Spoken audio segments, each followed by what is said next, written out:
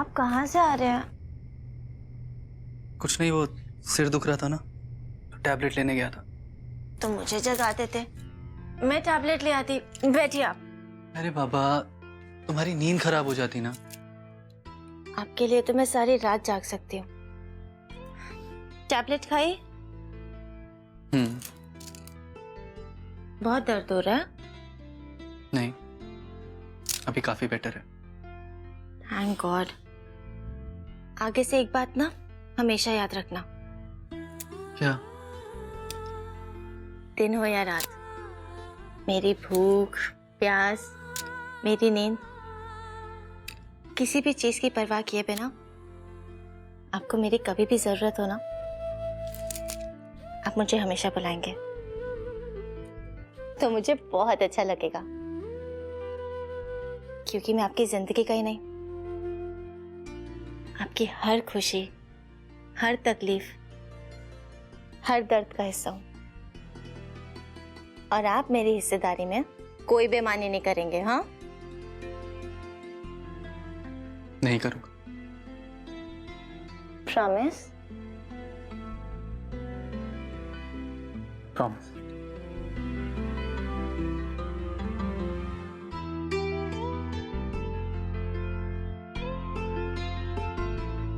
चलिए नाश्ता लगा दो जल्दी, देर हो रही है। लो, खुद देर करता है और एमी रोब झाड़ रहा है।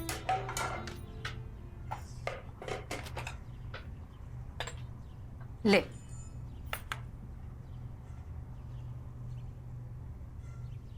अब सोच क्या रहा है? खा ना। वरिंदर, तेरी तबीयत तो ठीक है? हाँ बीजी। बीजी, कल रात को इनके सर में दर्द हो रहा था। हैं? क्यों वरिंदर? बस ऐसे ही। ऐसे ही नहीं बीजी, आजकल ये दुनिया भर की टेंशन लेके बैठा है अपने सिर पर। अब अपनी जिम्मेदारी समझने लगा है ना। कई बार जिम्मेदारियां बढ़ जाती है ना तो चिंता हो ही जाती है। चन्नी, वरिंदर को ना अदरक वाली चाय बना के दे दे। नहीं नहीं, देर हो रही है। अच्छा बाबा, ना सही। जस्सी, तूने भी तो मधु के लिए खाना लेकर जाना है ना? हाँ बीजी, बस अभी जाऊंगी। तो आप इनके साथ ही चले जाओ ना दीदी। नहीं नहीं, आज मैं सीधा दुकान नहीं जा रहा। स्टॉकिस्ट से मिलना है तो वो रास्ता अलग है। तो क्या हुआ, पहले जस्सी को छोड़ दे, फिर दूसरा रास्ता ले लेना। नहीं बीजी, अगर देर हो गई ना तो फिर मुश्किल हो जाएगी। कोई बात नहीं बीजी, शायद सविता ने भी जाना है हॉस्पिटल, मैं उसे पूछ लेती हूँ, फिर उसी के साथ चली जाऊंगी।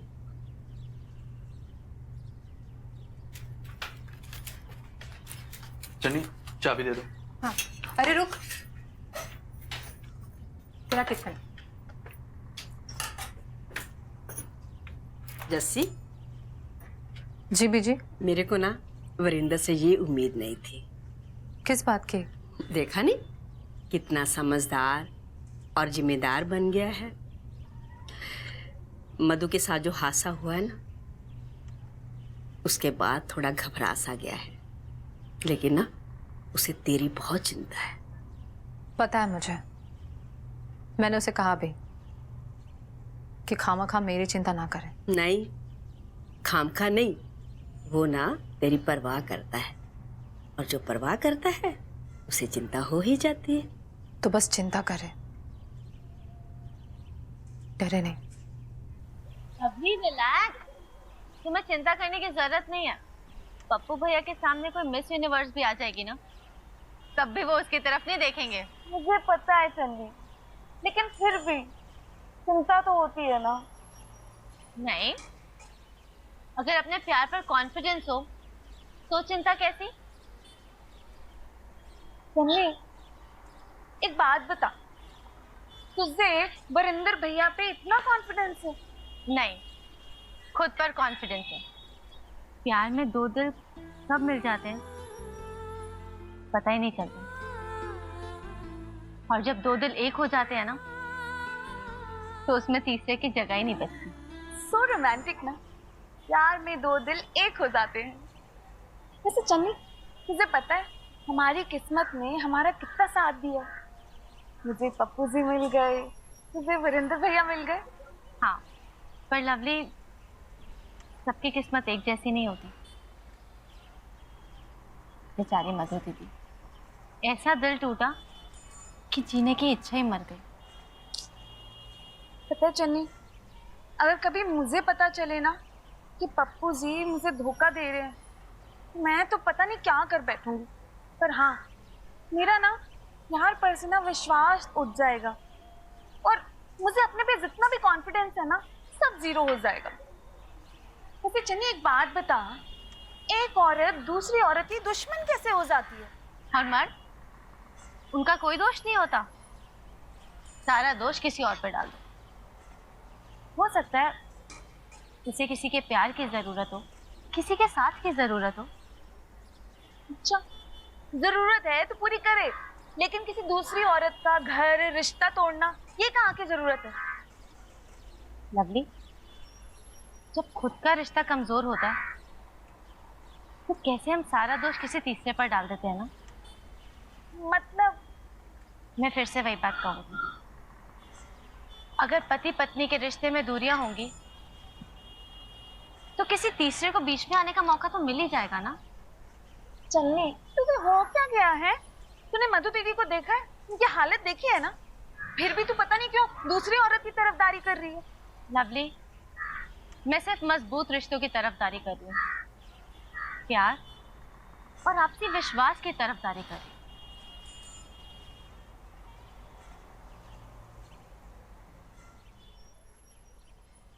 बड़ी देर लगा दी। मधु ठीक है ना? हाँ बेजी, दिखने में तो ठीक है, पर अब उसके दिल में क्या है कौन जाने। किसी के दिल में झांक कर तो नहीं देखा जा सकता ना। वैसे उसे हॉस्पिटल से छुट्टी मिलेगी तो वो कहाँ जाएगी? अपने घर। क्यों? मायके जाना नहीं चाहती थी। मैंने उसे कहा भी कि आकर हमारे घर में रह ले, पर फिर उसने अपने घर में जाने का ही फैसला कर लिया। भाई फैसला गलत तो नहीं है, लेकिन कितना सही है ये तो वक्त ही बताएगा। अच्छा, मधु अकेली कैसे रहेगी? नहीं बेजी, रानी को कहा है मधु के साथ रहने के लिए और मधु मान भी गई है। चलो भाई, ये तो बहुत ही अच्छा हुआ। हम इंसान हैं ना, मुश्किल में बहुत जल्दी घबरा जाते हैं, पर ऊपर वाला है, उसके पास हर मुश्किल का हल होता है। और वैसे भी जिसके पास तेरे जैसा दोस्त हो, वो अकेले कैसे हो सकता है? पर बेजी, मैं हिम्मत देने के और हौसला बढ़ाने के अलावा कर भी क्या सकती हूँ। जब इंसान मुश्किल में होता है ना, उसको सबसे ज्यादा जरूरत तसल्ली और हिम्मत की होती है। बाकी तो जो उसकी किस्मत में लिखा होता है, उसका सामना तो उसे खुद ही करना पड़ता है। बेजी, किस्मत बंद किताब की तरह होती है। अगले पन्ने पर क्या लिखा है ये किसी को पता ही नहीं। जस्सी, इसी का नाम तो जिंदगी है।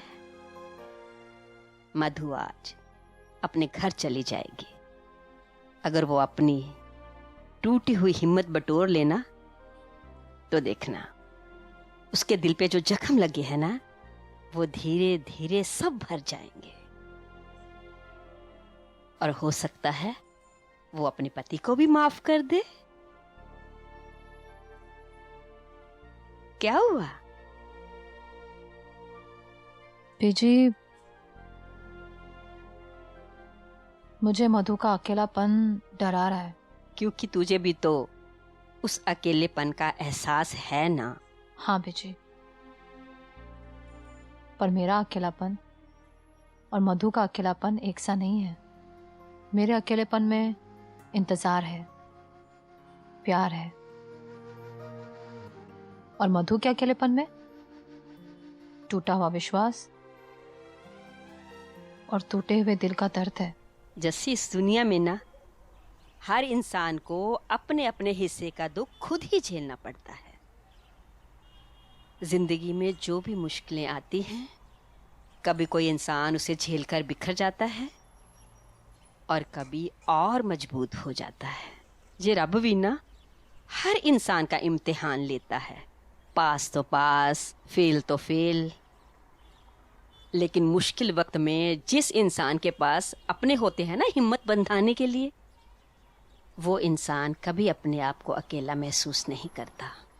बीजी, आप ही मधु को ये सब समझाओ ना, उसे अच्छा लगेगा। क्यों नहीं? वैसे ना चन्नी भी कह रही थी उसे भी मधु से मिलना है। शाम को मधु जब घर चली जाएगी ना, तो मैं और चन्नी रात का खाना बना के ले जाएंगे। हाँ। अरे आराम से, इतनी जल्दी क्या है? कहीं जाना है क्या तुझे? बीजी और चन्नी को लेने जा रहा हूँ। वो लोग तो अभी गए, आ जाएंगे। मुझे पहले ही बता देती तो मैं उनको लेके ही आता ना। अभी ले आता हूँ जाके। वरिंदर, तुझे उनकी चिंता है इसलिए जाना चाहता है, या हम दोनों अकेले हैं इसलिए? क्या? सब कुछ जानकर अब अनजान कौन बन रहा है? तू माने या ना माने, पर मैं शायद तुझे तुझसे ज्यादा जानती हूँ। तू कहे या ना कहे, पर मैं समझती हूँ कि तू मुझसे दूर जाने की कोशिश कर रहा है। शायद इसी में हम दोनों की बेहतरी है। तू मेरे लिए फैसला क्यों कर रहा है? लेकिन मैं अपने लिए तो फैसला कर सकता हूँ ना। अगर रिश्ता तोड़ना ही था तो दोबारा जोड़ा ही क्यों? अपनी 4 महीने की शादी के बाद जब तू मेरे पास आया था, तो तुझे याद है हमारे बीच क्या बातें हुई थी? उम्मीद जगा के उम्मीद तोड़ने वाले का तो कुछ नहीं जाता, पर उम्मीद टूटने वाले का दिल जरूर दुख जाता है। जब कदम उन्हीं पुरानी राहों की तरफ मुड़े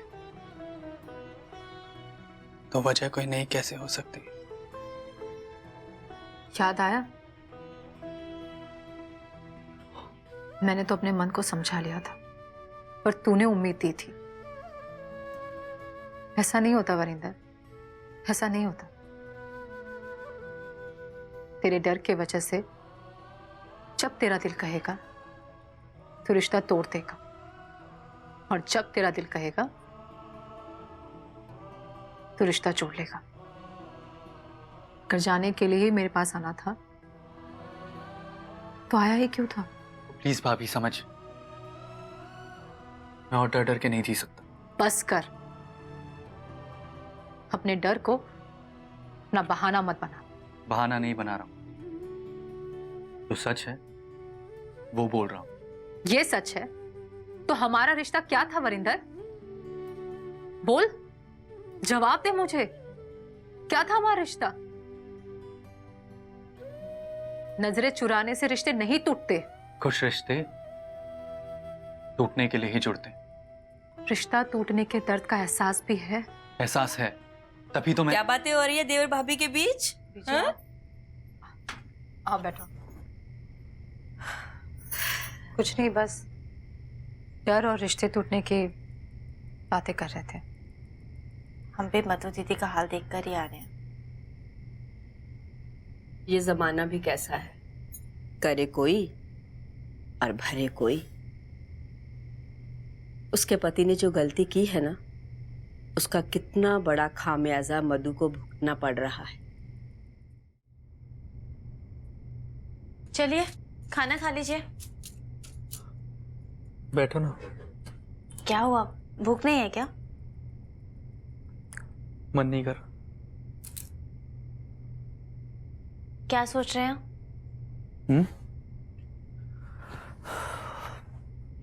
कुछ नहीं। आप मुझसे कुछ छुपा रहे हैं ना? बताइए, किस बात को लेकर टेंस्ड है? कहा ना, कोई बात नहीं है। अब आप कहते हैं तो मानना तो पड़ेगा ही। खुद से ज्यादा विश्वास जो करती हूँ आप पर। मधु भाभी कैसी हैं? लगता है मरने की कोशिश करने के बाद जिंदगी का सामना करने की ताकत आ गई है उनमें। घर वापस आ गई हूँ।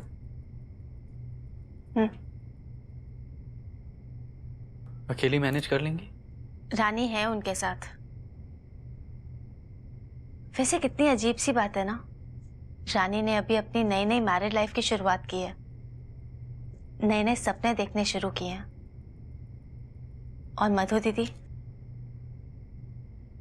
उनके सारे सपने, सारी उम्मीदें सब टूट चुकी हैं। अब जिन आंखों में बार बार आंसू दिखते हैं, उन आंखों में कभी उन्होंने भी प्यार भरे सपने देखे होंगे ना। सब कुछ कैसे बदल जाता है। एक औरत अपना घर छोड़कर अपने पति को, अपने पति के घर को सब कुछ अपना बना लेती है। पर मर्दों को तो शायद इस एहसास की कभी कदर ही नहीं होती। पता नहीं कैसे किसी और से प्यार कर सकते हैं, कैसे किसी के साथ रिश्ता जोड़ सकते हैं, फिर चाहे अपनी पत्नी का दिल टूटे या वो मर जाए, उन्हें तो कोई फर्क ही नहीं पड़ता ना। पता नहीं मर्द ऐसा क्यों करते हैं। अब मैं क्या कहूँ इसमें? आप भी सही कह रहे हैं, आपको क्या पता होगा। पर मुझे लगता है शादी और रिश्तों के मामले में ना, औरतों और मर्दों का नजरिया अलग होता होगा। औरत अपने मर्द की हर खुशी को, हर सुख को अपनी खुशी और अपना सुख बना लेती है, पर मर्द अपने पल दो पल की खुशी के लिए, पल दो पल के सुख के लिए ये सब कैसे भुला सकता है। मुझे क्या पता, मुझसे क्यों पूछ रही है सब? मैं तो बस आपसे यूं ही बात नहीं, सवाल था ये। और चन्नी, ना तो मुझे ऐसे सवाल पसंद है और ना ही इनके जवाब है मेरे पास। सुनिए तो सही, सुनिए।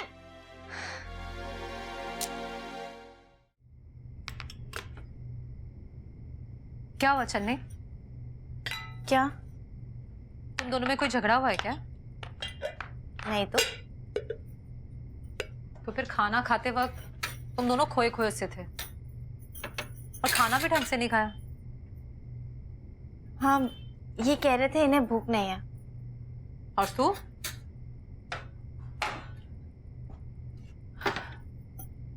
तू मधु के घर खाना देने गई थी, क्या वहीं से खाना खा के भी आई थी? नहीं दीदी, मुझे बिल्कुल भी भूख। चन्नी, मुझे तुम दोनों की चिंता है, इसलिए पूछ लिया। तुझे नहीं बताना तो तेरी मर्जी। दीदी, मुझे खुद समझ नहीं आ रहा तो मैं आपको क्या बताऊं। हम मधु दीदी के बारे में बात कर रहे तो बातों ही बातों में मैंने इनसे पूछ लिया, मर्द अपने पल दो पल की खुशी के लिए, सुख के लिए अपनी पत्नी, घर, परिवार सबको कैसे भुला सकता है। बस इसी बात पे इतना नाराज हो गए और डांट दिया मुझे और बोलते आज के बाद ऐसा कोई सवाल मत पूछना। आप ही बताओ, मैंने कोई गलत सवाल पूछा था क्या? आ, बैठ बैठ।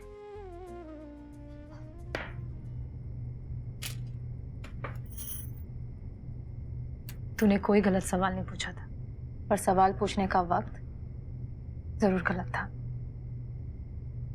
मैं समझी नहीं। मतलब ये, मधु के हादसे के बाद परिंदर जरा सा घबरा सा गया। हाँ, सो तो है। बात हुई भी तो कितनी बड़ी है ना। दीदी, मधु दीदी के पति को ऐसा नहीं करना चाहिए था। हाँ, ऐसा करना तो नहीं चाहिए था, पर चन्नी, जिंदगी में कई बार ऐसे रिश्ते जुड़ते हैं जिस पर हमारा ही कोई बस नहीं चलता। पर सही और गलत की समझ तो सबको होती है ना।